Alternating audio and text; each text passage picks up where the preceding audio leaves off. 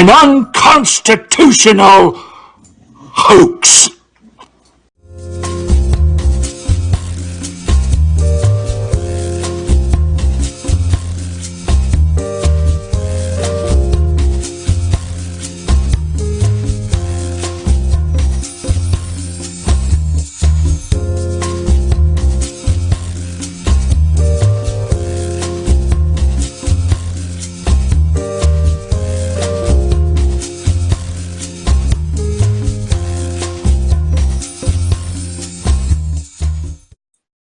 Aloha and welcome to Trust and Verify, and thank you, shout out to my brother Zero Hour for making me laugh my ass off right before going live. You stole my kangaroo. Boogie, for those that don't know, here in America it is Mother's Day, so happy Mother's Day to my mom and all of the mothers out there. But before we get any further with the show title is F 'em all. Boogie, what's going on, brother? What's going on? Nobody's getting laid, man. That's what's going on. Oh, my Lord. It's going to be the end of Mother's Day as we know it. There will be no mothers in the future. There will just be a tolerant, progressive group of empowered women, James, who never, ever have children because they never, ever have sex. It's going to be utterly fantastic. Thanks, everyone, for joining us in the chat. Thanks for sharing the show out. If you do, if you don't, shame on you. What would your mother think? Do it for Mum. Share the show out for Mum today. Mum wants you to share this show out. Mum's a big fan of the flying Hawaiian and the shadowy Australian man with the deep voice. So do it for Mum. Make sure you get this, share this out to all of your little friends, all of your little underlings. Make Mum proud on this Mother's Day. Have you been making the phone calls, James? Have you been making the customary phone calls to dear old Mum? Oh yeah, yep. Talked to Mom right before the show. That's why we're late a little bit. You know, I had to talk to Mom and make sure everything was going good. Everybody knows I'm in the middle of a couple of family emergencies, so she's good right now, and I'm happy about that. So it's a happy Mother's Day just for that alone. That's good. I spoke to James's mum as well, and she's very disappointed about everything. That's what she just wanted to she wanted to let you know. She's very disappointed in you about everything. So thanks everyone for joining us, James. Let's go to the first story I've got lined up here. Of course, the famous Alyssa Milano, James, once a sex symbol known around the Western world, now a symbol of no touchy, no sex, a no sex symbol. Alyssa Milano calls for a sex strike to protest abortion bans, James. The actress urged women in a tweet to stop having sex, quote, until we get bodily autonomy back. And I was shocked at this because I was like, wait, you mean all this time we were just able to demand sex and they had to do it? Fuck! Missed out. I missed out. I screwed this up. I didn't realize I didn't have to go through the courting process. I didn't have to work my ass off to try to get there. I could have just said, now, bitch, let's do this. But apparently it doesn't work that way anymore. Actress Alyssa Milano ignited social media with a tweet Friday night calling for women to join her in a sex strike to protest strict abortion bans passed by Republican-controlled legislatures. I don't know. Is Alyssa Milano married, James? Has she got a fella? I'm not sure. Do you know? I don't know because I don't care enough about her life. I really don't. No, me either. But I'd like to think that she has a significant other or a husband or a boyfriend of some kind. And that as soon as she fired this tweet out, he maybe just sent her a text message like, really? What's going on here? Like, what? Don't I get any say in this at all? What the hell? I'm not a Republican that's in favor of abortion. Why am I getting screwed here, so to speak? The former star of Charmed and Melrose Place, James, urged women in her tweet to stop having sex, quote, until we get bodily autonomy back. Her tweet came days after Georgia became the fourth state in the US this year to ban abortions after a fetal heartbeat is detected about 6 weeks after the menstrual period and before many women know they're pregnant. Look at the qualifiers that they have to put in here. Look at the qualifiers. This is supposed to be straight down the line reporting, right? We have a breaking info from the chat room director. Mike says yes, she's married and his name is Dildo. Dildo, nice. Dildo Baggins. We need to understand how dire the situation is across the country, James. Milano told the Associated Press on Saturday, it's reminding people that we have control over our own bodies and how we use them. My favorite part about all of this is when you have to go right to the end of the little story here, James. And this to me just epitomizes the amount of planning that goes into these things, because these are very serious things. You don't just launch a no sex campaign unless you put some real thought into it. And, the up here brain, not the down there brain. You know what I'm saying? You know what I'm saying, lads? Thinking with the up here's for thinking, down there's for dancing, right? Milano said people have to determine for themselves how long the strike should last. I would have thought like when the law gets reversed, or maybe it's just a weekend.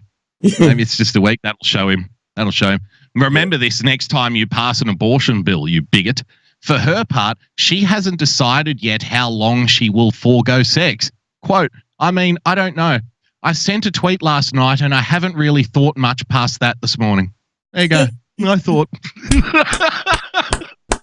I think it's excellent because it proves out the point that she's so dumb she wasn't even paying attention to the thing that basically conservatives have been saying for, I don't know, forever, is that if you keep your fucking legs closed, you don't need an abortion. So she's actually telling everybody, follow the conservatives' plan and keep your legs closed. There you go. Fucking simple. Yeah. I assume, James, the condom manufacturers, the lobbyists for the condom industry would be very upset at young Elizabeth this morning, basically cutting off their business. But in the future, who's to say? Maybe men won't have penises anyway. Maybe that's the way to true progress, right? Maybe that's what we have to do. James, toxic masculinity is the problem here. Toxic masculinity. Going to one of our favorite salon. Toxic masculinity is a chronic illness, but it doesn't have to be terminal. Salon talks to Jared Yates Sexton, author of The Man They Wanted Me to Be, about the problem of men's rage. Yes, it's all the men's fault. That men's rage, James. Novelist Jared Yates Sexton catapulted onto the national media radar in 2016. Really? Have you ever heard of him? No. You ever heard of Jared Yates Sexton, James? Apparently he catapulted onto the national media scene. Good for him. What country? Congratulations. In which country? I don't give a fuckistan, I think it's called, where he's from. He catapulted onto the national media radar in 2016 when his dispatches from Donald Trump presidential campaign rallies prompting me to ask him once, how does a nice creative writing professor end up covering the presidential election? I can answer that. He probably wanted to eat. You see, when you're a creative writing professor, there probably isn't a big marketplace for your, say, niche skill set, James. Revealed a cultural insider's perspective on the rise of Trump. He avoided the press pen and moved among Trump's rowdiest supporters, James, where he was able to observe up close the toxic levels of white male rage directed at Hillary Clinton, Barack Obama, and their supporters, which Trump exploited all the way to the White House. Do you want to hear a little bit of a quote from this creative writing professor who's dipping his toe into the political ocean, James? Please. Okay. Maybe we can start to get a handle on why women are actively seeking to not have sex with liberal men. Maybe this quote will figure it out for you. Donald J. Trump, especially the Donald J. Trump we heard last week on tape, I assume he's talking about the Billy Bush tape, is nothing new to me. His machoisms, his penchant for dividing the world into losers and winners, his lack of empathy for anyone but himself, it all reminds me of home and the sense I had, even as a boy, of a system of privilege that has ailed this country since its beginnings, but now seems to be and sees itself fading away. James, I can hear the panties loosening around the world as we speak for this guy. Yeah. If that doesn't turn you on, what will? His honest and heartbreaking account of never quite being able to shed the damaging gender demands he was raised with, along with the cultural and historical context that he provides a blueprint for how men can confront the harm that toxic masculinity has brought them.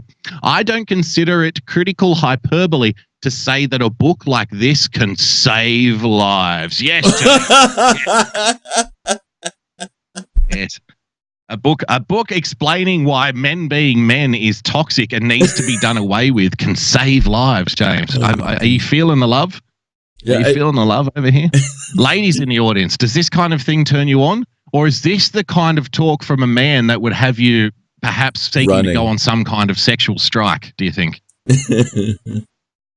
Raised in a working class community. Go ahead, James. I was going to say, most of the women that I know in this audience would be running from guys like this. In fact, I think they would block them twice, even on their troll accounts, to get away from these guys. But James, he was raised in a working class community in rural Indiana. Sexton absorbed the cultural messages around him that he, sensitive, imaginative, and asthmatic. I didn't know asthmatic was distinctly non-masculine. I don't know about you, James. Is he the wheezing kid? Is that what we're talking about here? Literally? Yes. Asthmatic? Yes. Is that kind of like a spasmatic? I mean, what the fuck is this? Oh, hello, Alyssa. Hi, Alyssa. Would you like to come to the dance with me? You know, I hate Donald Trump as well. Donald Trump is it's, you know, the toxic masculinity. I mean, it's fucking attractive if you ask me.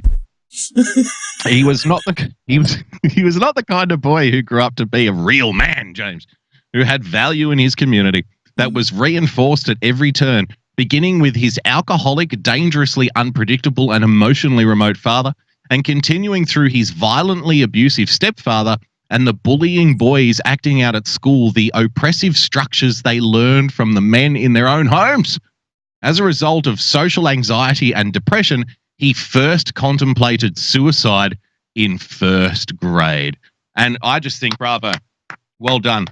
The wheezing, sensitive, and imaginative liberal creative writing Professor James, who was contemplating suicide as a small boy due to the fact that every single man he ever knew in his life was either an alcoholic or a violent Neanderthal.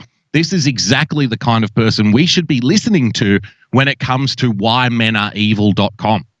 I think it's a wonderful achievement. And this is the kind of man who Alyssa Milano, I think, is looking to protect when it comes to the sex ban, or at least women. She's trying to protect women from this kind of man, perhaps. That's because maybe she's doing everybody a service. That's because she's tougher than guys like that. Are you kidding me? Like, look, this toxic masculinity bullshit narrative is ridiculous, for one. For two, it's the world is tough. Hell, every woman in this chat room right now has more toxic masculinity than any one of these soy boys on the left. Why? Because they know the world is tough. And it's all about what we've been talking about nonstop, is that all of the laws, all of the whole purpose of society is to prevent other people from being able to take your shit.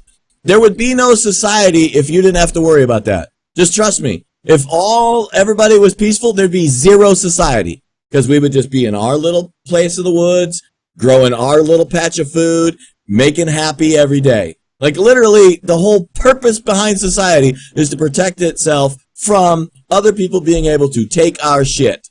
That's it. No other reason. I mean, it's ridiculous, this whole narrative of toxic masculinity.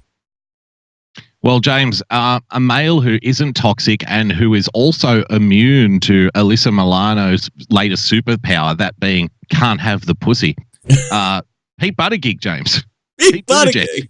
He can't be touched. He doesn't care about sex strikes. Trust me. Mayor Pete responds to Trump calling him Alfred E. Newman. I had to Google that. Straight away, my first thought was, here's a guy who we've been, highlighting as a potential dark horse, James, months before anybody else even knew his name, right here on this show, Trust and Verify. I'm sorry. As a long-time reader of Mad Magazine, I think if you don't know who Alfred E. Newman is, instant write-off. Don't get anywhere near the White House. You have no right to govern the free world. I'm sorry, you are out of your depth, Alfred. You are out of there. Sorry, but it really is a striking resemblance, isn't it? It is. Look at Do you have a copy of that? Do you have the Mad Magazine cover? No, but I can pull one up. I'll pull one up when I get a chance. How Donald Trump... Well, I'll do it right now. How about that? Let's go. Alfred E. Newman. Let's see Alfred. There he is. There he is. Running for president right there. There you go. Alfred E. Newman. Let's do the little back and forward. Yeah. Liking it. James, how Donald Trump can simultaneously exist as a 3-year-old boy and an 8-year-old man is a wonder of quantum physics. Isn't that a fantastic opening line from the Daily KOS? He is the Schrodinger's cat of decrepit, doddering, old, shite-stained toddlers, James. We're talking about Donald Trump here. Today, in a crass attempt to smear his alpha male gorilla poo on the much younger, smart... I just love the way these people try to attack Donald Trump, but they actually end up making him sound better. Yeah. You know what I mean? Like, they're actually helping him with this stuff. Like, they haven't figured it out yet. I remember I did a story a while ago there was a CNN interview with he was the former ambassador to one of the shitholes in South America. I can't remember which one. And, he came out and said that Trump is literally a velociraptor. Do you remember that? Yeah, I remember that. Oh my God, that's great. And I thought, wow, that's so much better than literally Hitler. Like, can we get this trending? Yeah. He is a velociraptor. He is a vicious, fear-inducing dinosaur, James. I thought that's a perfect description. Well done. Love it. James, he's trying to smear his alpha male gorilla poo on the much younger, smarter, braver, more inspiring, more urbane, more mature, and far less sweet potato-y Pete Buttigieg. Trump called the Dem hopeful Alfred E. Newman after the longtime Mad magazine mascot. Yes, in a Politico interview on Friday, the actual president of the United States said, in reference to Buttigieg, Alfred E. Newman cannot become president of the United States. That's excellent. We had a great comment in the chat. Ernie Banks, the famous Ernie Banks here. He said, Buttlick is a tank helmet away from jumping the Dukakis. That's a freaking excellent reference. Excellent reference. Have you announced your comment of the week this week by any chance? I did not. You know what? While we're talking about it, let me do that real quick. I had a problem. I forgot to mention it. Oh my God! Now I can't even get my damn phone to open up. There we go. The actual winner this week was E. Keels. E. Keels won this week, and I'm trying to find it. I got to get it out of my text messages here. Here it is. The winning comment chosen by at @E_Keels was, the Senate Intelligence Committee was told and they signed off. That was in reference to the spying plan. So it was an excellent comment. He's dead on the money there that we know that the Senate Intelligence Committee was briefed on this operation. There you go. Comment of the week. Okay. That's it. All right. Fair enough. Gee, guys, I would, be lifting the bar. As a former winner of the comment of the week, I can tell you that, if you want to get into the Hall of Fame, you got to do a lot better than that. Sorry. That's true. Just got to be honest. It was a little weak this week. Yeah, I know. How about a couple of racist jokes or something to really buttress it? Can we do that? I want you to flood James's chat with racist jokes. No, okay? Do not do that. Absolutely. I want sexism. I want racism. I want misogyny in honor of nobody's getting no punane because of abortion. Flood James's chat with sexual innuendo. There's your challenge. 0 Hour literally just said that he demands a recount and a special counsel because he actually won. He demands a special counsel. Oh, come on. What do we look like? Russians? We don't do that sort of thing here. Come on. Pete Buttigieg, James, he said this in response. So I'll be honest, I had to Google that. I guess it's a generational thing. I didn't get the reference. It's kind of funny, I guess. But he's also the president of the United States. And I'm surprised he's not spending more time trying to salvage this China deal. And I thought, well, that's very disappointing because Alfred E. Newman would come up with some kind of witty rejoinder. You know what I mean? Right. He didn't even try to be funny. He didn't even try to play the role, Buttigieg. Is he finished? Is he finished now? Is that it for Pete? For Mayor Pete? I don't know. I think the president is actually trying to help him. He's literally trying to elevate him in this regard because the president wants to run against these guys. He's been saying it over and over again. I mean, he's going to roast these people. And I got to give credit to that writer for his fanciful writing style. At least it was unique. At least it wasn't a repeat, and at least he didn't use the same words from paragraph 1 in paragraph 3. I mean, he found a whole new way. Most of these lefties have no writing skill at all. At least this guy was able to link together some cohesion to his writing style. So I love the whole, they make Donald Trump look like a silverback gorilla smearing shit on his opponent. That's fucking excellent. That works so well for the president. I mean, who do you want in the White House? Do you want over here? We have a 6 foot tall, 450-pound silverback gorilla. That's Donald Trump. Or over here, we have Nancy Pelosi and her dancing monkey boy, Buttigieg. So which one do you want? Oh, I'm sorry. For President of the United States, I'm taking the silverback. Yeah, I'll take Harambe any day of the week, James. Yeah. Harambe 2020. And ladies, just something to consider as well. Since you are supposed to now be withholding sex from your conservative men, what if, I put this to you, what if you were to be smeared with alpha gorilla poo? Would that be enough to entice you back to the boudoir? I think yes, James. I think absolutely yes. Speaking of alpha male smearing shit on everything, here's Anderson Cooper, James, doing a funny. He's doing a funny. He's doing these little funnies lately. He's very fucking talented. Look at this. Oh, wait. We need audio, don't we? It's a Trump University lesson on self-affirmation. And by lesson, I mean a brochure stuck under a windshield wiper. Like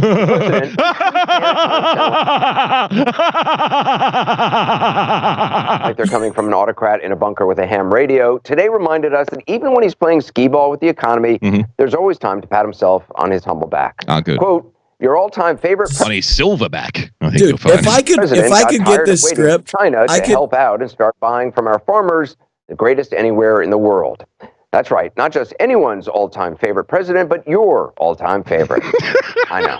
He knows it. Judge Jeanine knows it. And now apparently you know it as well. I'm not quite sure how this all makes sense. I mean, when Julie Andrews was singing... I do know that you are now repeating Trump's trolling on your own television show while saying that he doesn't have that much effect on you, right? This guy he has no timing. He has zero timing. I guarantee if you or I read that script, it would be fucking hilarious, and it would diminish Donald Trump. Instead, because this dipshit has no timing, it makes it look he's ridiculous, and it actually sells Donald Trump's position. The guy they don't even understand that they're the joke here. That all of us, that normal people out here in the audience, we're going, dude, you're a fucking retard. And it's like William Shatner trying to do stand-up comedy. Yeah. You know what I mean? It just doesn't. And then the chicken crossed the road. Captain's log. Today, a chicken walked to the other side. Huh? Why isn't anybody laughing? The sound of music. She wasn't informing the Von Trapp children that they also loved raindrops on roses. The Von Trapp to like whiskers on kittens. Commanding them to like whiskers on kittens. She was just like, look, kids, you got options. Believe it or not, today's tweet actually wasn't the first time President Trump has declared himself field marshal for life. I mean, his favorite president.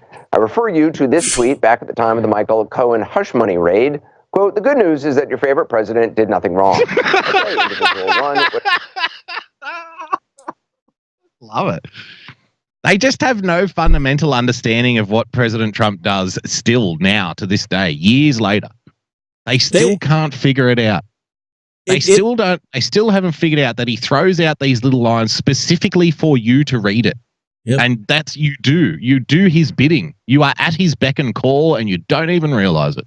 They don't understand how much this right here is exactly what he wanted to happen, because it proves this point that they do not have any idea how normal society functions. They have no idea how we talk on our job sites, how we talk on our house, how we talk and relate to each other. That they're so out of touch with normal Americans that they're proving their point right now. And that's why he did it, is that it's literally putting us better in touch with the president and solidifying our relationship by Anderson Cooper making these kind of statements. It's a highlight thing that they don't get. That's what we just talked about the timing, right? We would make it way better. We could read his exact words line by line, deliver it correctly, and have a better effect of the net effect that Anderson Cooper hoped to engender. But because they so are out of touch with us, they don't understand that it's having the opposite effect. I think it's great. I think it's fucking fantastic. And that's why we say it all the time. Donald Trump is a master of rhetoric. He uses rhetoric to push these people exactly where he wants them every time, and it's freaking genius. I'm glad you brought that up, James, because the Washington Post asked today, is Donald Trump goading the Democrats into impeachment? Let's have a look here. Every single day, the president is making a case. He's becoming self-impeachable. Now that Democrats have control of the House, they're investigating everything to do with President Trump, from his taxes to his business decisions to whether he obstructed justice. But Trump has put his foot down. I see. You're using the power of the state to financially rape a guy publicly for your own political gain. Good job, Democrats. And refused to hand over any information related to all this or let any of his current or former aides come and talk to Congress. You know, it was going to be like, we want the Mueller report. Now they say, Mueller report? No, we want to start all over again. It is a disgrace. Against Trump's intransigence, Democrats in Congress don't have a lot of choices. They can take the president to court, but that could take weeks, months, or even years to resolve. Please do it. They can also do what they've decided to do, which is hold powerful officials in the Trump administration in contempt of Congress. They did this with the Attorney General, William Barr. They're considering this with as many as 2 or 3 other former and current administration officials. Did she just say that they did hold him in contempt? Because if that's what she said, she doesn't even understand the process.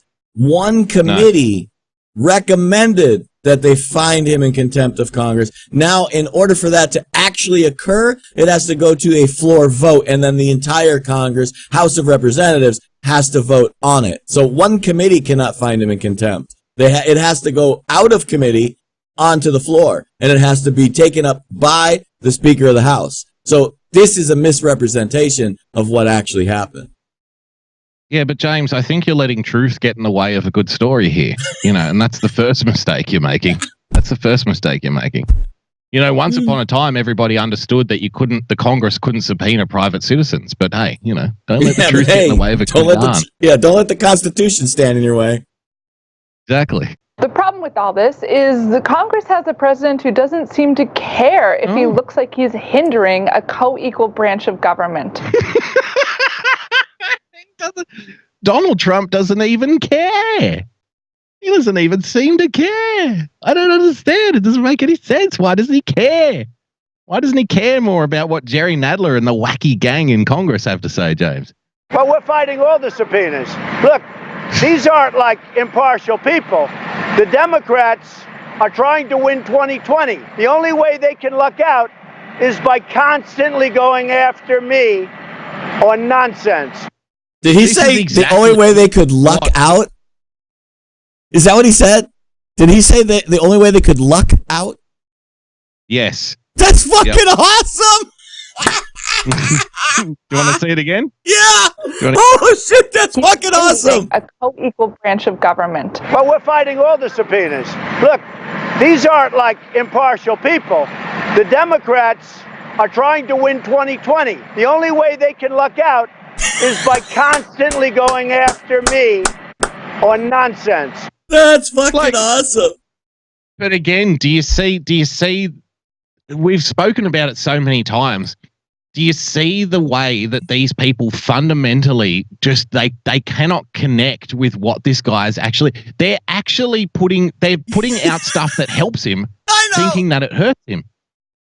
It's great. Like, by putting this on their website, millions of people who read this, probably not millions, let's be honest, the 3 dozen people who read this website, the Washington Post, and watch these videos, there's going to be a chunk of them that go, well, let's be honest here.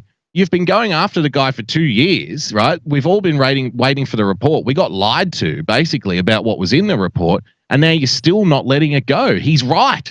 He's got a point. And it's something... it's a point I've made on my show and this show for months now. And I'll say it again one more time, and you'll remember this, James, the amount of times that I've said this. The whole point of, these constant investigations and innuendo and smear campaigns is, it's got nothing to do with unearthing some kind of truth here. It's never been about unearthing some kind of truth. The reason that the Democrats have access to a mostly unredacted Mueller report yet refuse to read it is not because they're on some crusade to get the truth out to the public. It's because they're on a crusade to keep this conversation going as long as possible. So if you can run against a guy in 2020 and say, you can't trust this president because he's under investigation, that's the whole point of this. It's got nothing to do with unearthing truth about Russia. It's never had anything to do with unearthing truth about Russia. Donald Trump comes out and literally, most politicians would not say what Donald Trump just said then. Most politicians would say something along the lines of, well, we're looking to comply. The co-equal branch of government, they have a right to investigate. I maintain my innocence, but we will go through the mandatory steps of what needs to be done because it's important to maintain, protect democracy and democratic institutions, blah, blah, blah, blah, blah. And then behind closed doors say what he's saying now. But he just tells you straight out, no, this is all a campaign strategy. Yep. And so, no, I'm going to fight every single subpoena. Fuck them. Yep. Fuck them. Because this is all about strategy. This is all about winning in 2020. And the Washington Post, the idiots at the Washington Post, maybe it's because they're not getting laid. I don't know. But then they put this, they're not thinking straight. Then they put this out thinking, oh, look, Donald Trump's saying that this is all, he's doing whatever he can to stand in the way of Congress. I mean, it's insane, right? This is the free advertising that he got during the campaign, and he's getting it again. Like you said, they think that this is bad for Donald Trump when it's actually good. And at the minimum, they're selling his position for him on their website, on their newspaper, in the media as a general rule. And that's why we tell you all the time, rhetorical genius. That is rhetorical genius, what he just did right there, that he caused them to post his words in video format of him delivering the line of they're trying to luck out. I mean, that is fucking priceless. Every single American can relate to that. When you're fucking going, how come your neighbor won the line? That motherfucker lucked out. How come he lost the basketball game? Oh, they fucking got lucky, man. Did you see that fucking 3/4 court shot? Why did you lose in the football game? Oh, this fucking lucky motherfucker missed a tackle. Think about it. The connection to the real Americans is priceless, and that's what they're delivering for him nonstop. It's freaking genius. Well, my Democratic comrades, James, brothers and sisters on the left, I guess the message here is don't give up. Don't give up, because you never know where this could end up. Here's a little something for you, James, from the archive of... Oh, wait, did we lose audio? We lost the audio. It's all right. What else? Of course we did. There it goes. All right, one more time. Let's do it one more time. The Weekly Stelter. All right, let's see what Brian's got to say for us. Bri, and Mr. Bernstein. Well, the Congress of the United States, particularly because there has been no real bipartisan investigation of the most authoritative. Is he just admitting now that the Mueller investigation was partisan, James? I think so. I think so. Wow. There's been no real bipartisan investigation of Donald Trump. President in our history, probably. And let's go back to basics here. Please. That we find ourselves in this situation right now because there is an ongoing cover-up by the President of the United States. Right. Whether that constitutes a violation of the law, whether he is a criminal or not, that's for down the road. But right now, it's important for everybody to focus on there's a cover-up.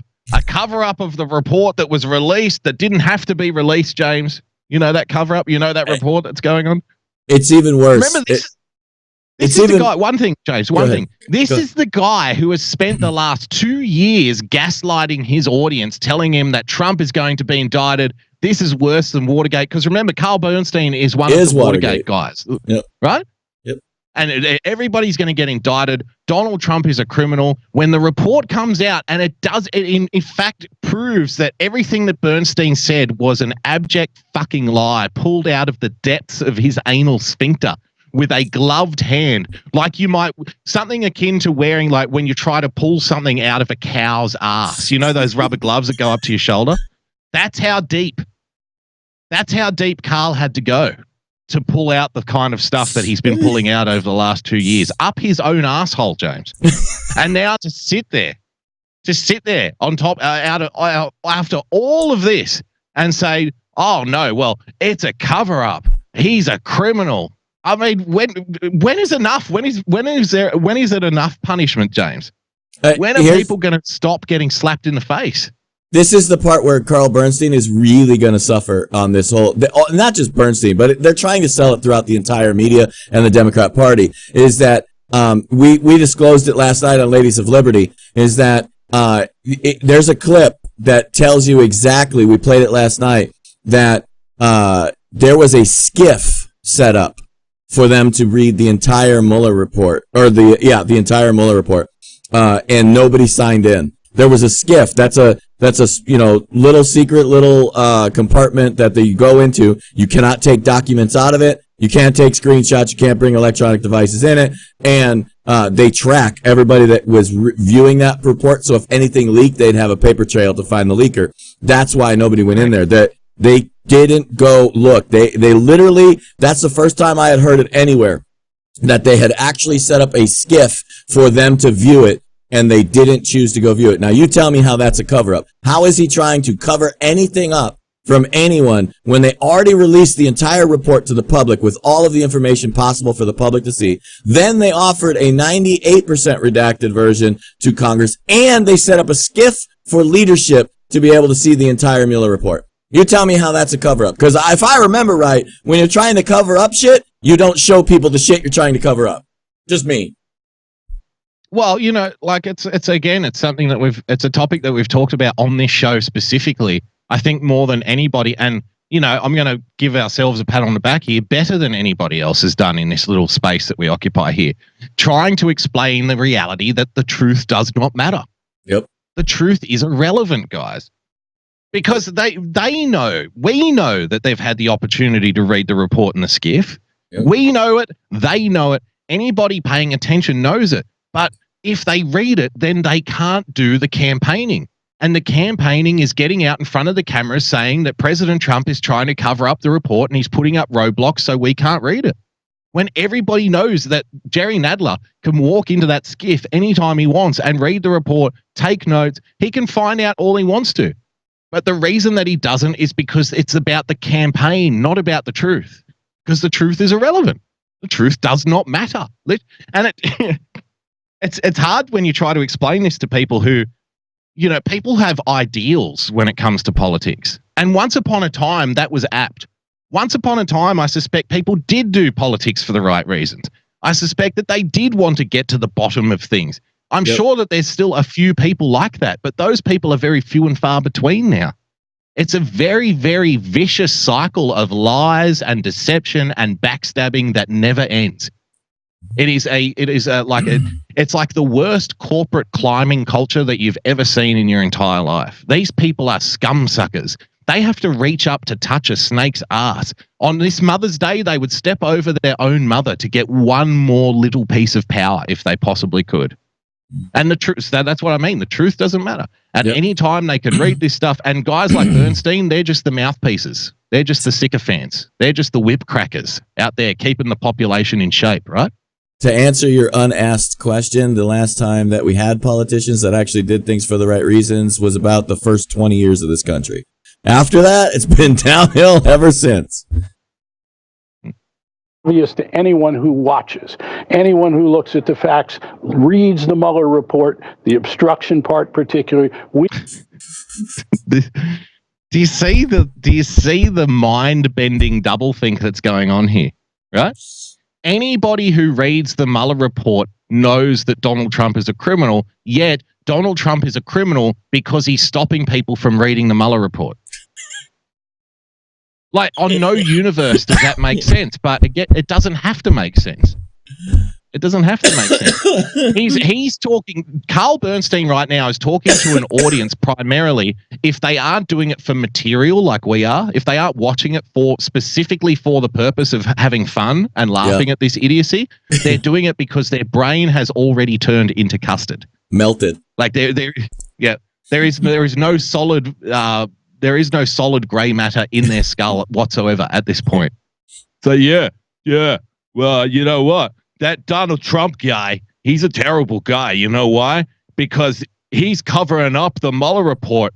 And the reason that he's covering up the Mueller report is because anybody who reads the report could see that he's a criminal. It's like, oh, okay. So he's stopping you from reading the report because he's a criminal, and you know this because you read the report. Right. Gotcha. Great stuff. Can we go to the UK, James? I want to show you something here. I want to change tack. We don't normally talk about politics outside of the USA, but I think you might find this interesting nonetheless. And you might have a chance to rebound between some of your conversation last night on Ladies of Liberty, by the way. Ladies of Liberty, a great Saturday night show, one of the best. Brexit Party may get more EU election votes than Tories and Labour combined. Now, one of our great fans, James, UK Neil, he's in the chat now, I think. Give him a wave, Neil. Yep. Neil's in the UK. He's a Millwall fan, so don't swear at him. Don't talk smack or he will cut you. That's what they do in that part of town in East London. That's what they do in East London. Nice. I had a best friend from East London. Yeah. He had that really hard Cockney-like accent, man. Oh, my God. You could barely understand the guy when he talked, especially when he was drunk and pissed off. You're like, what? Yeah, okay, cool, dude. I'm going the other way. What the hell? Oi, listen here, mate. Don't be a fucking geezer, all right? Or I'll cut you. Yeah. I'm going to fucking cut you, mate. Really hard accent. Yep. To be fair, though, Neil is a little more welcoming than that. But he's on the ground floor when it comes to UK politics, and I thought this was interesting. Brexit Party may get more EU election votes than Tories and Labour combined. Poll. Nigel Farage's Brexit Party is on course to secure more support at the European elections than the Tories and Labour combined, according to the latest opinion poll for The Observer. In the most striking sign to date of surging support for Farage, the poll suggests more than a third of voters will back him on the 23rd of May. It puts his party on 34% of the vote, with less than a fortnight before the election takes place. Listen to this, James. Massive. The poll suggests support for the Conservatives has collapsed amid the Brexit uncertainty, with Theresa May's party on just 11%. And Labour is a distant second on 21%. Here's the thing. Something we've spoken about before. Brexit won. Why? Because people on both sides of the aisle put their country before their party allegiance, right? In something I like to call bipartisan nationalism. Now, this phenomenon in a two-party system has the ability, if it can be, successfully corralled, to smash right through the two-party system, which is only a fake two-party system anyway, the uniparty, as we've come to know it.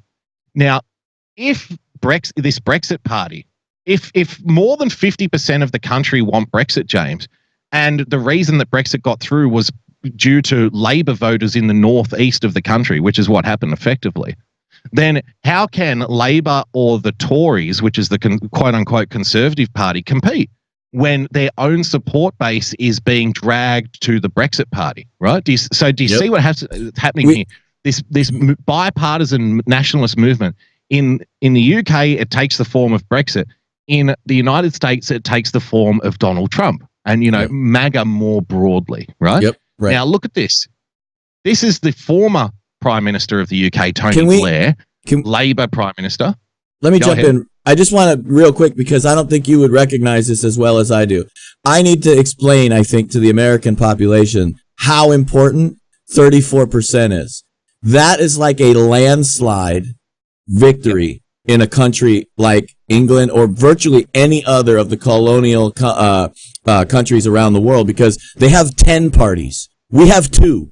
They have 10. They're used to getting a majority with like between 18 and 25%. That's almost a super majority win in those kind of cases, and that's why they have to provide and perform all of these functions where they get in and make these deals where you get a left-wing part of a party and a right-wing part of a party forming a coalition to take a government and form a government.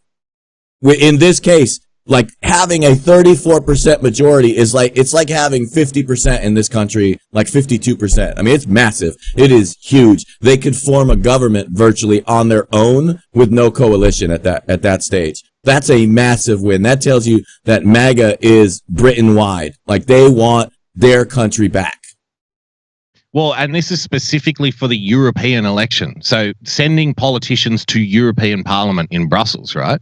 So this isn't for the UK election, so to speak. Although the Brexit Party did very well in local council elections just recently gone. So it may translate into local elections, but it might not as well at the same time.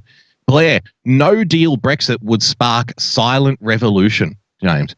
Now, what he means by no deal Brexit is what they refer to as a hard Brexit, meaning that get out of Europe and we have no trade deals on the table. We have nothing figured out. No, everything has to start from scratch, basically. That's called a no deal Brexit, just so we understand the terminology here. But here, in this very short little interview, Tony Blair actually lets the cat out of the bag and tells you what the game is. Listen very carefully to the former Prime Minister and known globalist Tony Blair. Talk about how you have to avoid those who feel strongly pro-Brexit. You have to avoid them rioting on the streets and this outbursts of populism. Okay, I understand that. And that's why you've got to handle this issue, I agree, very, very carefully.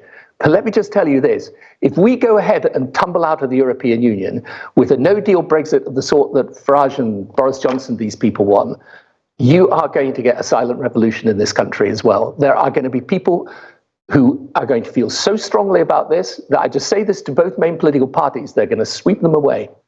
I say this to both main political parties, they're going to sweep them away. You see, he's not protecting English sovereignty, right? He's not even protecting the Labor Party, James. He is now on the books, on the record, opening the kimono, both major parties. He's protecting the system, right? Yep. And the system protects itself. People in the two major parties protect each other. There is a reason why, ladies and gentlemen, not just in Washington, D.C., not just in Canberra here in Australia, not just in London, not just in Berlin, all of the capitals around the Western world, there is a reason why politicians do not investigate and go after politicians historically. It's because they all have dirt on each other. And if you open that door going one way, it's going to smash you in the face coming back the other way. It is the unwritten rule in politics, James. Don't investigate the other side because they will investigate us. This is what it looks like. Something just dawned on me that maybe UK Neil could answer in the chat.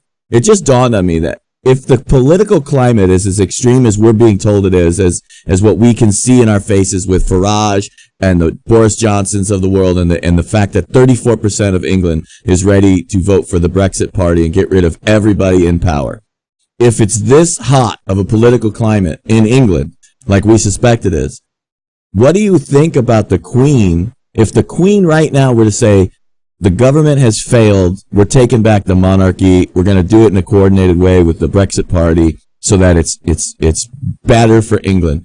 What do you think the population would do with that? Because there's plenty of royalists in the world, to be honest with you.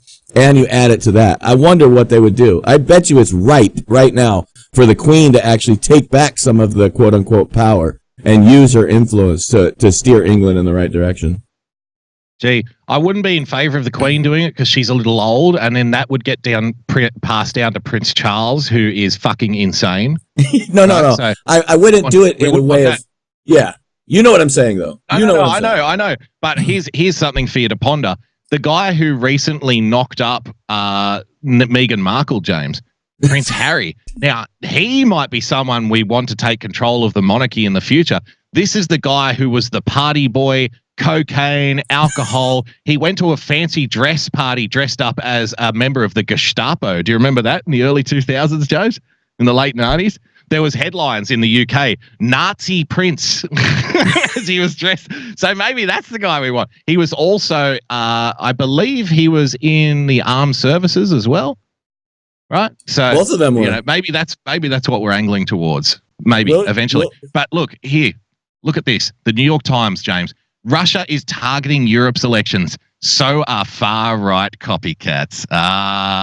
Do you see how this works, ladies and gentlemen? Do you see how it works? Brexit Party, the party that is uniting people on the left and the right for the nationalist cause, bipartisan nationalism. To hell with party allegiances, James. We want our fucking country back. You hear me, right? You right? You know what I mean? We want to take our country back. You got a problem with that? You fucking speak to my friend here. Hello. We're gonna take it outside. What's all this then? Right? So people on the left and the right getting together, they want their country back. Tony Blair protecting the establishment, James. A warning for both major parties. They will wipe you aside. The New York Times, right on cue. Russia is targeting the elections.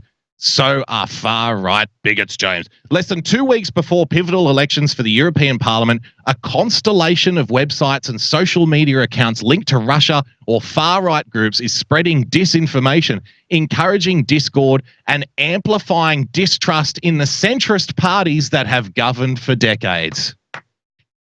It couldn't be any more obvious what this is, right?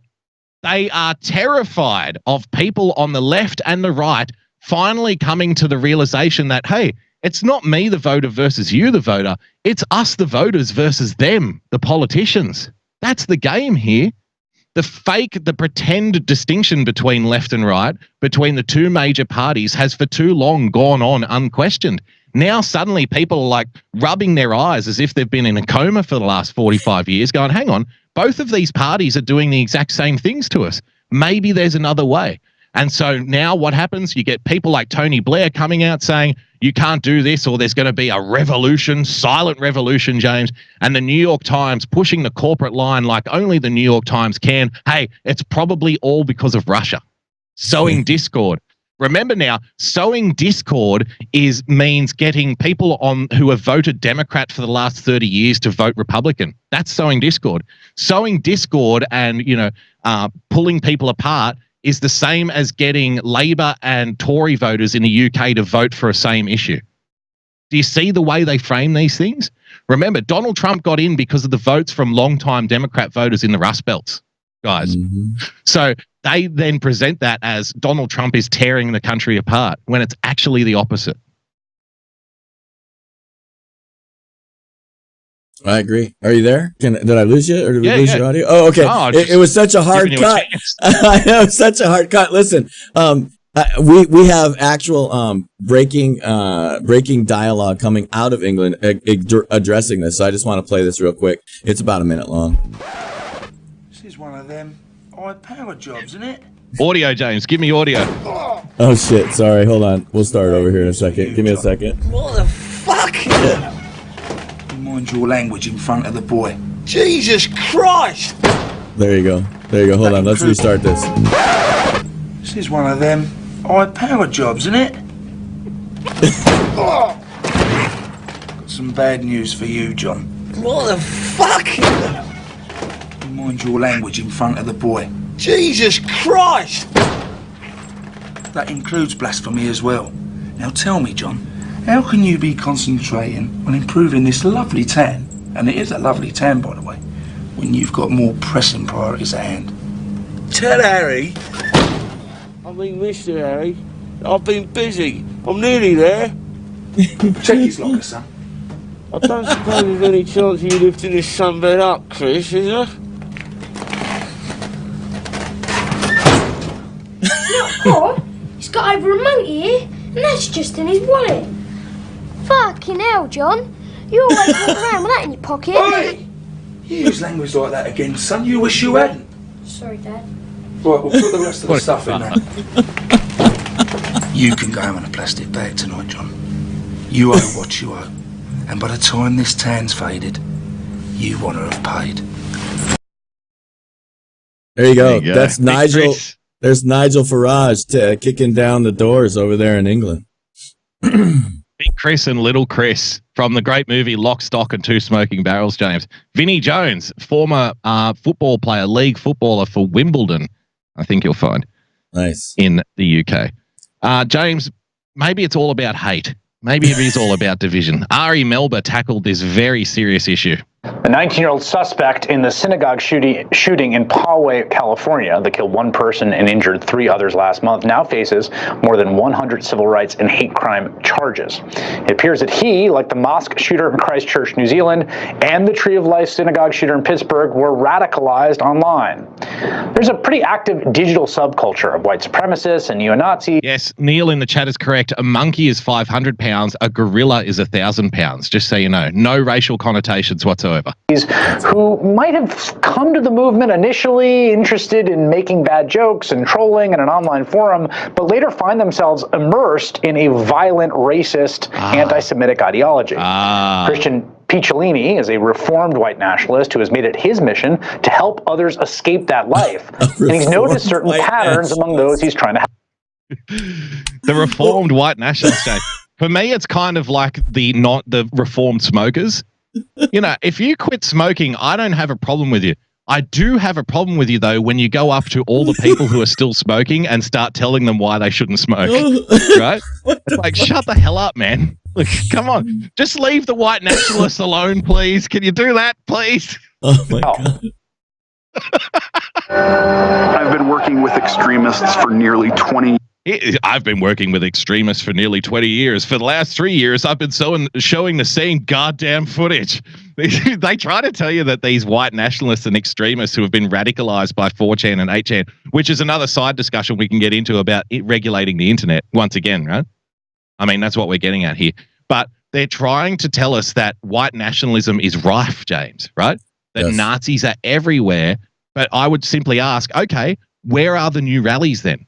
Yep. If white nationalism and Nazism and racist and hate is so rife, why have we been showing the same footage from 3 years ago?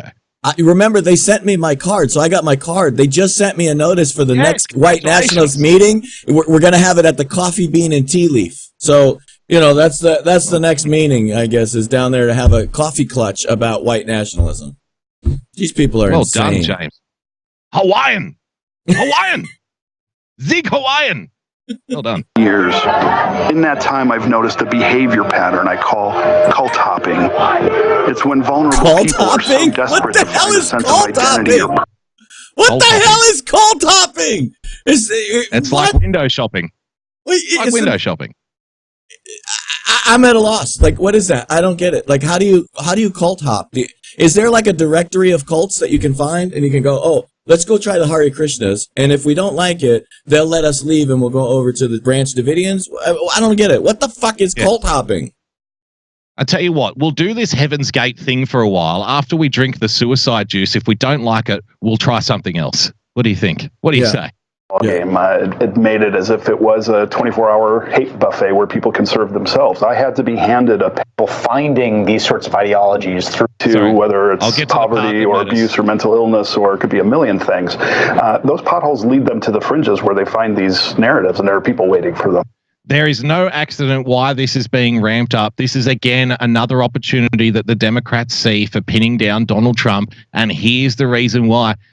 Ladies and gentlemen, whether you like it or not, in the online space, some people were very, very, very successful at propelling Donald Trump to the forefront of the nation and the world's consciousness by using things like memes and shit posting. This is a reality, right? This happened. This is history, right? So check out, listen to this. How much have things changed? You were active in a white supremacist group. Yes. You broke away from that, and then you've done this work for 15 years. How much? In other words, he's a failed author. People finding these sorts of ideologies through, say, like 8chan and different websites. How recent is that? How much have things changed over time? You know, it. All right, look. Again, same principle as before, right? So now a whole bunch of people watching this show are going to be like, oh, okay, what's 8chan? Let me just look that up. Dude, I just got to say, like, look, I know a lot of people have way varying opinions about Q, and I know quite a few Q people, and I literally have not seen any legit Q people that would fall into this category, like, at all. Like, they might accidentally repost a meme that they didn't fucking understand what the meme was, but I have not seen any of these people walking around where a failed white nationalist author is going to somehow have some insight into the 8chan culture versus the 4chan culture versus the Reddit culture. Like, these guys don't get it. We were laughing about it pre-show in one of the chat rooms, you and me and a bunch of the guys and girls from the chat audience here, about how people don't even understand what's going on, like what the words even mean. So I can't wait to watch how this guy is going to equate 8chan people to the normal people out here in the audience. I would say the advent of the internet really changed the ball game. It made it as if it was a 24-hour hate buffet where people can serve themselves. I had a 24-hour hate buffet, James. Doesn't that sound appealing? All the hate you can eat. I love it. And yes, when it comes to terms and stuff, nothing makes me smile, harder. Like, I have to bite on a lemon to keep from smiling sometimes. When I see people who have obviously no contact with 4chan culture at all, going around repeating the terms that people on 4chan use out of context and not really understanding what they mean. Words like normies, for example. Now, I'm not going to tell you where the genesis of the word normies comes from, but when I see middle-aged people and good-meaning people, probably perhaps well-meaning people on Twitter using the term normies for people who are not necessarily normies in the true sense of the word, I always have to have a little giggle to myself. And it's like, oh, well, they don't even understand how they are being used as puppets for language, right? And this conversation between Q people and non-Q people. No. Non-Q people are not normies. A lot of the time, Q people are normies. But I'll let people do their own research to figure out where the word normie came from. James, moving on. Oh, great. We had a great comment in the chat from Poppy Lane. Can I have suicide sex with my suicide cookies and juice box? Yes. Yes, absolutely you can. I love this, James. I love you know what I love most about CNN, James? That they're good at breaking news. They're on the forefront. They're ahead of the curve. They tell you the story before it's a real story. Look at this. Washington is flirting with a debt crisis. What? What? What say you? You mean that $22 trillion? Is it 21 or $22 trillion in debt? You mean the constant raising of the debt ceiling over the last 10 to 15 years? You mean the credit crunch, the people that are in debt up to their eyeballs for the last 20 years, James, spending someone else's money to buy shit they don't need and they can't afford? Oh, wait, we're just waking up to the fact now that Washington is flirting with a debt crisis? This ought to be good. But I thought this is fun because this is one of your favorite topics, so I want to batter up here. I'm going to lob in a little. So now we need Democrats in Congress to work with us to pass an acceptable bill. We're getting close. It's pretty tough dealing with. They don't want to build a wall, but we're building the wall. They don't want to do a lot of other things. They don't want to do a lot of things. Instead of wasting time, energy, taxpayer dollars on partisan stunts and hoaxes and witch hunts, Democrats should be focused on building up our country. Did you see what just happened, by the way? No collusion. No obstruction. No anything. No anything. 2 years on a witch hunt. 2 years. I could have gotten anybody in this audience. I could have found something on you. 2 years. Almost $40 million.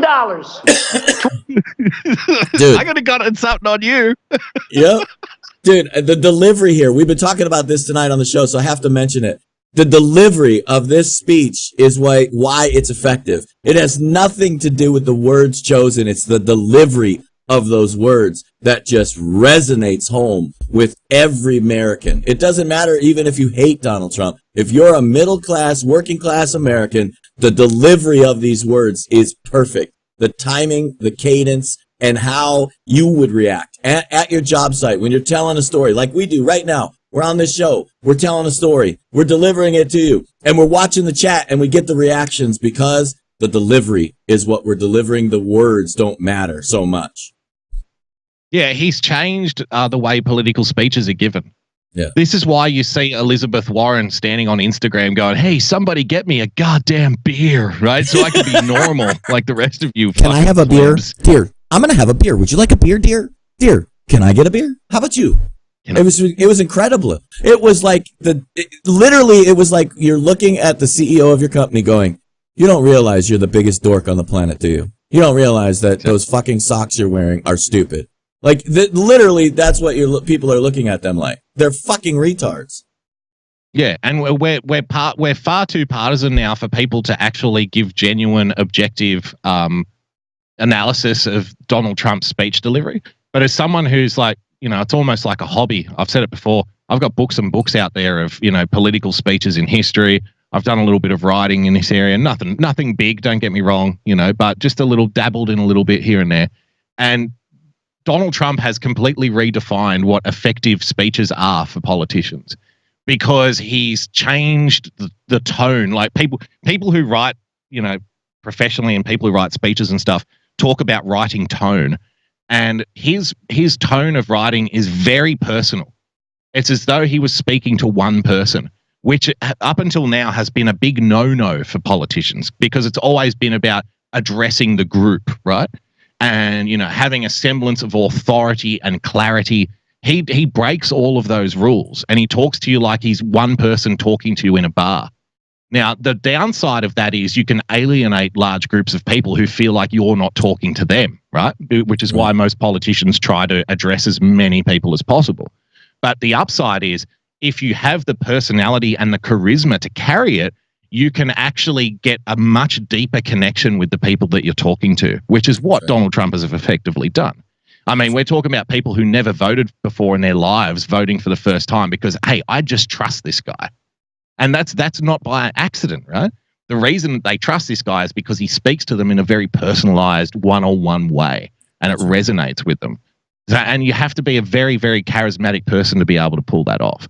And I think, 20, 30 years from now, people will tell the truth about how he's redefined it. And now all of the politicians are trying to emulate that very personalized tone. But the problem is they have all the charisma of a bucket of shit and they can't carry it, right? They just don't have the ability because nobody likes them. James, as lawmakers trade fire over contempt votes and impeachment, there's been no progress toward reaching a budget agreement or extending the federal government's ability to borrow before September when the money runs out. That's raising the ugly prospect of more than $100 billion in mandatory cuts. Why is that ugly? That's music to my fucking ears, man. Yep. As well as an unprecedented default on U.S. debt, a situation that could trigger, James, a worldwide economic catastrophe. It's a mess. It's a mess everyone knows is coming, and yet no one seems to have a plan, at least for the moment, for averting disaster. I'll be very quick, James, and then I'll cut to you. I'm going to walk people to the ledge, and I want you to talk them out of killing themselves after this. So I suspect the problem here is political, right? So even though I might personally resonate with, a particular brand of fiscal conservatism, which would involve savage cuts to public spending, right? Across the Western world, I mean, people, crying about starving to death in the street. Yes, I would go that far because life finds a way, as my Polish friend, the voice of reason, Adam J, often says. No, people will find a way to make money. Just cut it. But the problem is, if you run on that platform, you'll never get elected because people are far too entitled now because everybody wants cuts, but they don't want their shit cut. Like, take his shit over there. Don't take my shit. I need my money. Take his money, right? So you can't run on that platform. If you get in and then try to introduce some kind of savage cuts, guess what? You're going to hand the White House to a socialist who promises free shit to everyone. So that leaves only one reasonable option, and it might not even work. It might be a 1 in a million shot, but it's the only shot you've got, which is try to deregulate and grow the economy to a point where people are more prosperous and perhaps more open to cutting things out of the spending bill. Does that sound about right to you? Because what else can you do? I think you're spot on, and I think that it's bigger than that. I think that look at where we're at today. Exactly the scenario you just described is exactly where we're at. We're on our way to financial prosperity. Everybody can feel it in their pockets, but they haven't felt it long enough to be addicted to it.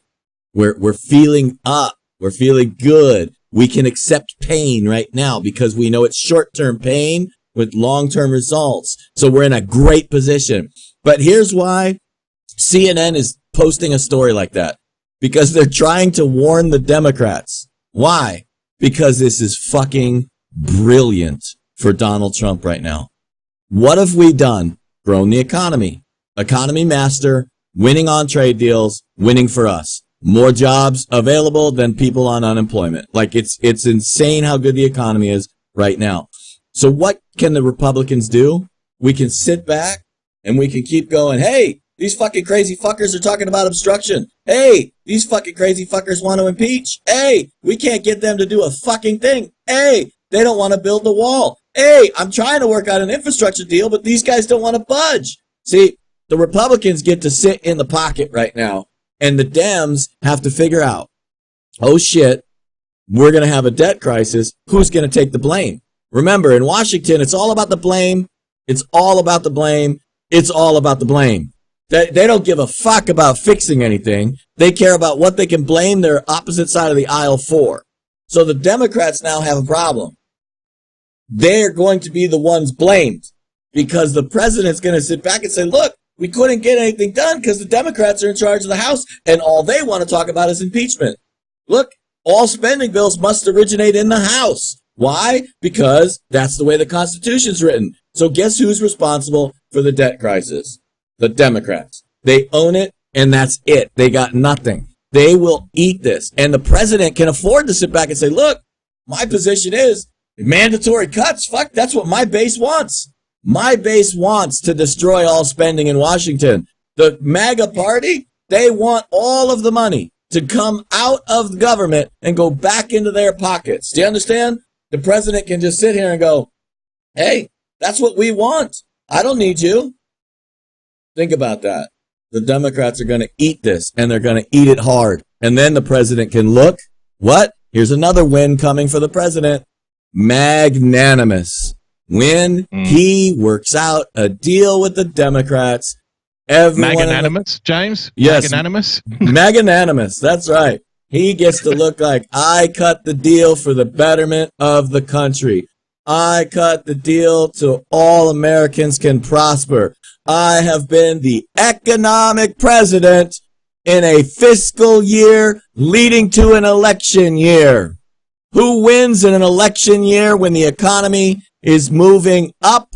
The incumbent. 65% of the time. Who wins when the economy is in a skyrocketing position in the year of the election? The incumbent. 85% of the time. Magnanimous is about to happen and they don't even see it coming. And stupid ass fucks at the CNN are even trying to smack the Democrats upside the head and say, hey, look over here. Look what's happening. And that's why it needs to all be about hate, James. That's why it's all about hate and Russians and the personal character of the guy.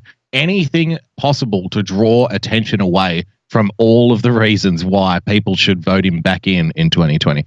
Just before we get to the hammering, James, that was your very subtle cue, just breaking down the wall there for the audience, letting James know in a very, very subtle way. Time to cue up that thing that you never have queued up.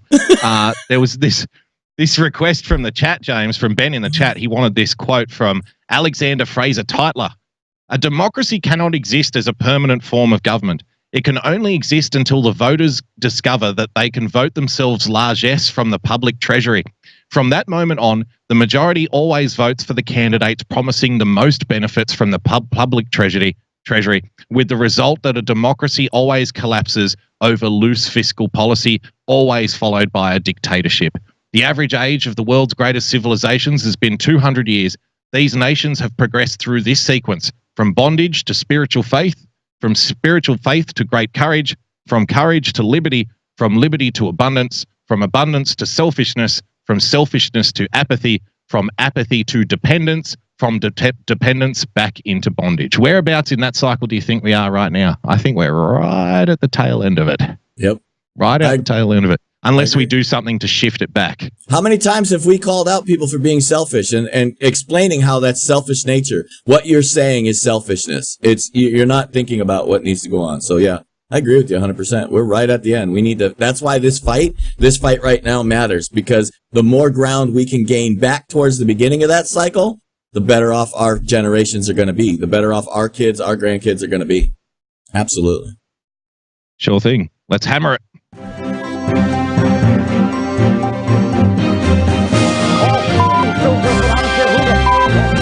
Stop the hammering. James, it's time for lemon tree, berry pretty, and the lemon flowery sweet, but the fruit of the poor lemon is impossible to eat. Lemon tree, berry I love this song. And the lemon flowery sweet, but the fruit of the poor lemon is impossible to eat. Little bit of show crossover for you there, James. Speaking of matters financial, Don Lemon, he always tells us the truth. The president of the United States. We've got a wrong screen there, Boog. There you go. Did you hear that? Let's do it one more time.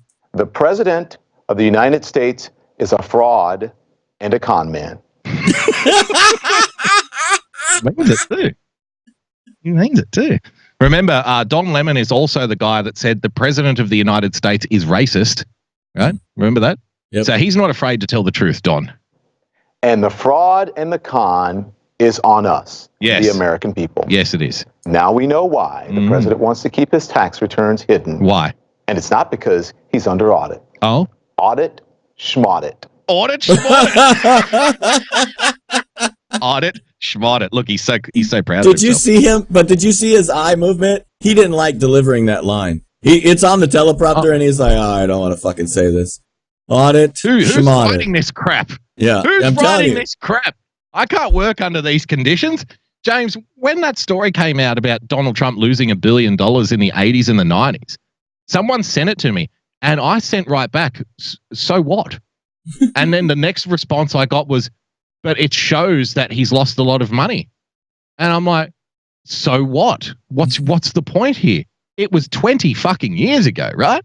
Like, what does that have to do with anything?" In fact, for me, it actually makes it a better story, because here's a guy who went from riches to rags and back to riches in a shorter period of time than most people assume he got there. Most people assume he's been working at it his whole life. He started rich, he ended rich. Big deal, right? But when you realize that he was, what did they say? It was like multiple billions in corporate debt, in debt, personally over $1 billion in debt, in personal finance money, in debt. Not that he lost and he still had billions. No. He was underwater. He was in debt for multiple billions of dollars in the 90s. And in 20 years, went back up the other way to multiple billions in the profit side. Just think about the success story that tells you. It wasn't his whole life. It was a 20-year cycle. He went from $1 billion in debt to whatever billions you want to give him credit for on the positive side.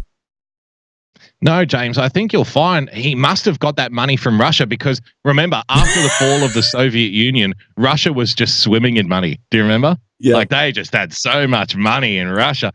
That's why generals were selling off used AK-47s to fighters in Afghanistan, because everybody was so stinking fucking rich in Mother Russia, right? Turns out Donald Trump is our con man in chief. Ah. And his biggest con was pulling the wool right over your eyes, convincing the voters that he would be the best deal maker ever in the White House. You see, the voters are stupid, James. Yes, you're all stupid for voting for this guy. He's a con man. Nothing's real. It's all fake. I find when I want to attract more viewers to our show, it's important to call the potential audience members stupid. I found that that's been very effective for us, to go out there on Twitter and say, "Hey, all you fucking dumb, stupid motherfuckers, if you don't watch my show, if you don't follow me, you're going to remain dumb and fucking stupid. Follow me now, damn it." Yeah. That's taking the Donald Trump personalized writing tone, like the personal speaking tone, to a whole new level, right? Yep. You should be the next president, James. Vote for me, you fuckstick. So here's our breaking news right now. And it is stunning, except for maybe the people who knew him. You knew man all who along, ran for president on his reputation as a billionaire business genius. Yeah, was a really, really, really lousy businessman. 20 years ago. So the fact that this is how stupid this is. The fact that he had $1 billion to lose in the first place. Like, how did he get that? Playing the numbers? Is that what he did? You know? And by the way, this is the funny thing. Here's the really funny thing, is that this is now the corporate press. Now, I guarantee that if I wanted to waste my fucking Sunday afternoon and dig up CNN's articles and their archives of their video clips from the 90s, you would find out that we were in what? A real estate crisis, a real estate bubble that had burst and crashed all of the real estate economy in the entire country. They were calling it the recession from hell. Look at what George W. Bush has done to this country. We are so far in debt because the real estate bubble, they were over leveraged in banks, and oh my God, it's the end of the world. We need to bail out everybody. Just remember where we were in the country, but they conveniently leave that out. Donald Trump is a real estate investment guy. He lost billions of dollars thanks to who? The fucking politicians. And interestingly enough, James, it was that crisis which then led the then Democrat president, a guy named Bill Clinton, to change the laws when it comes to lending to get more people to buy houses by making it harder for banks to reject loan applications. Do you remember that? Thereby setting up the next bubble. Exactly. Thank you very much. Thank you, linesman. Thank you, ball boys. Game, set, match. Literally the worst businessman in the country. The worst. He's the worst, James. Literally the worst businessman in the country. I don't know. Bernie Madoff is shifting uneasily in his prison cell right now, going, "Oh, come on, Don. Come on, Don. Bit of respect, please." I'm speaking the truth here. The truth. Read the New York Times report. Yeah. In 1990 and 1991, Donald Trump lost more than $250 million each year. Whoa. $250 million a year. Hillary Clinton lost 1.2 billion. He just thinks his audience is. That was like the big fundamental pivotal moment of this little soliloquy. $250 million a year. Like, just letting it really sink in. Whereas, but people at home watching this are like, wow, that guy must have had a fucking lot of money. Like, to lose $250 million and still be a billionaire today. Yep. Like, holy shit. This guy was rolling in it. Yep. And he's the president. The dumbest businessman of all time, James, who managed to get $10 billion back and become president. Like, what does that say about everybody else? I'm surprised everybody else must be walking around with a permanent dribble bib, you know? That is more than double the losses of the nearest taxpayers in IRS records. Wow.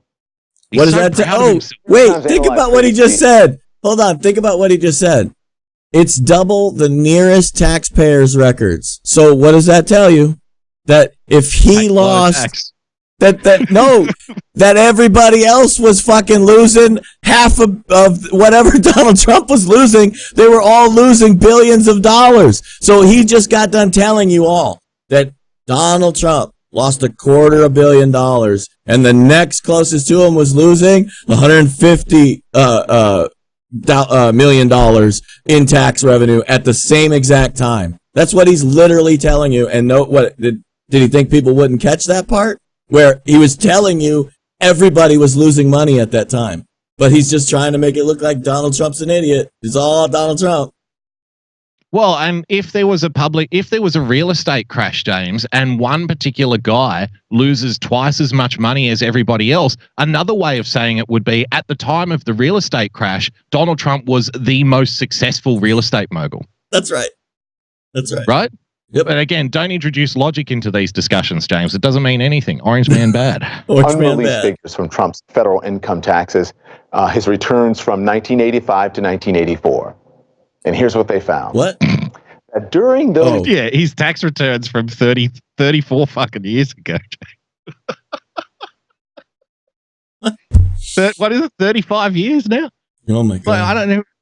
Yeah, here's 35 years ago.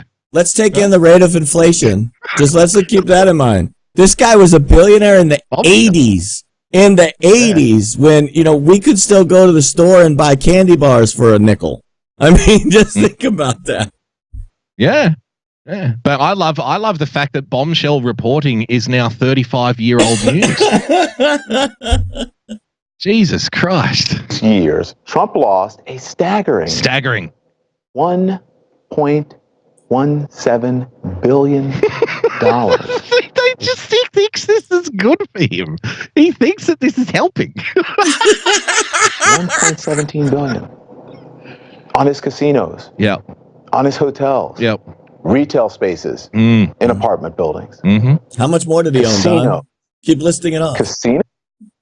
Yeah. You keep listing. Sounds like he owned every fucking building in America at the time. Yeah. How many buildings did he own, Don? Come on, tell us. How many yachts did he have? Come on, tell us. Tell us all the successes he had. He was literally the world's worst businessman because he owned all of these properties. He owned the casinos, he owned the stores, he owned the apartment buildings. I mean, what a fucking idiot, right? What an idiot. What a moron. I was losing money. You know what they say about gambling, casino gambling, right? Yeah. The house always wins. Well. Hey, here's the best part. Not always. Hold on. Here's the best part. There is a subtle psychological thing here that's the best part, right? He just got done telling you how Donald Trump owned everything, but he was losing money, which means that they're selling the narrative that guess what Donald Trump didn't do? He didn't steal his money from you because he was losing it. So he didn't make any money off of you. Just think about that, you dumb fuckers. Oh, man. Could you imagine if he does release his tax returns, what these idiots will do over it? Oh, my God. Like, Remember it's Rachel not a simple Maddow tax return like it is for us who work one job for one employer, right? Right. Donald Trump's got tax. He'll have different tax forms in different states, different jurisdictions of federal tax, state tax, local tax, all over the place, building taxes, right? All kinds of taxes over the last 30 years. These people get one tax return from 1985, and this is what they turn it into. Could you imagine if they actually had Donald Trump's tax return? They wouldn't be able to understand. Remember Rachel Maddow. We've got it. We've breaking news. We've got it. Tune in to 11 o'clock news for Rachel Maddow. I am going to release. We have it. I have the papers right here. Right here. I have Donald Trump's tax returns, and it shows he paid $35 million in personal taxes last year. Thank you. Good night. Rachel Maddow, ladies and gentlemen, sounding especially feminine tonight. Not if it's a Trump casino. Come on. Come on. Who loses money at a casino? I mean, come on. Come on. He lost the money. He lost so much money. He lost $1 billion. Come on. He was terrible, right? I got. Can you? Is this thing on? Can you hear me in the back? Hello. Hey, come on, guys. He lost so much money. Am I right? All right, huh?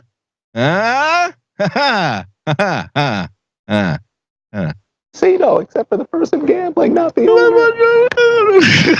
Here's another way of looking at it. Donald Trump received about $4.13 million in today's dollars from his father's real estate empire. Okay. Oh, his father's real estate empire. $413 million in today's dollars, James. Today's dollars from his father's empire. How much were the billions that he had back then in today's dollars, I wonder? Oh, no, let's not explain that. He might have been a trillionaire. In just 10 years. Just 10 years. He managed to lose nearly 3 times that amount. Great businessman.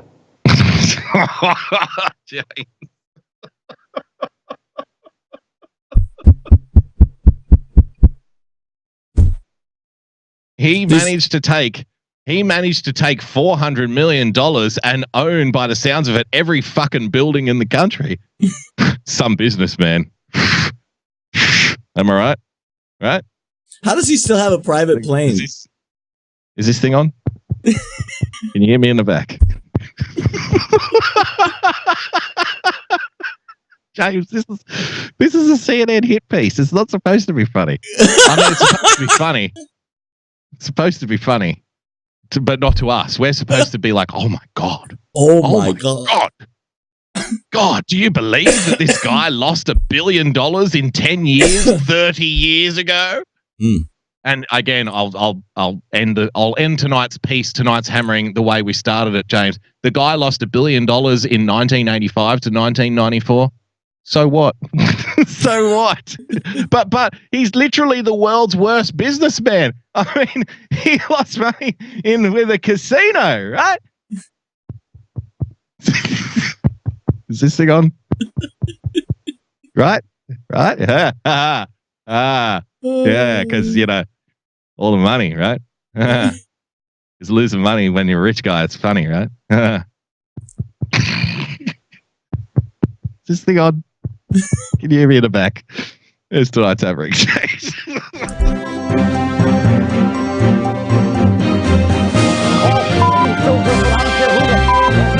Stop the hammering.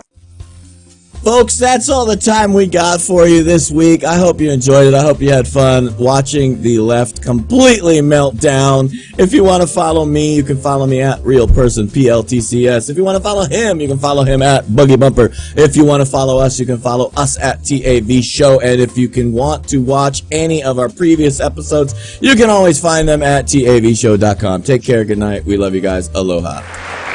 Yeah. Victory is not winning for our party. Victory is winning for our country.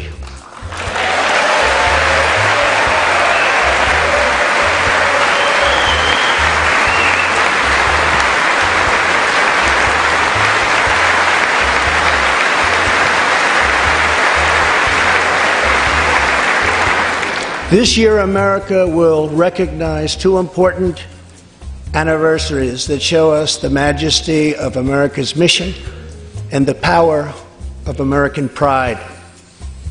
In June, we mark 75 years since the start of what General Dwight D. Eisenhower called the Great Crusade, the Allied liberation of Europe in World War II.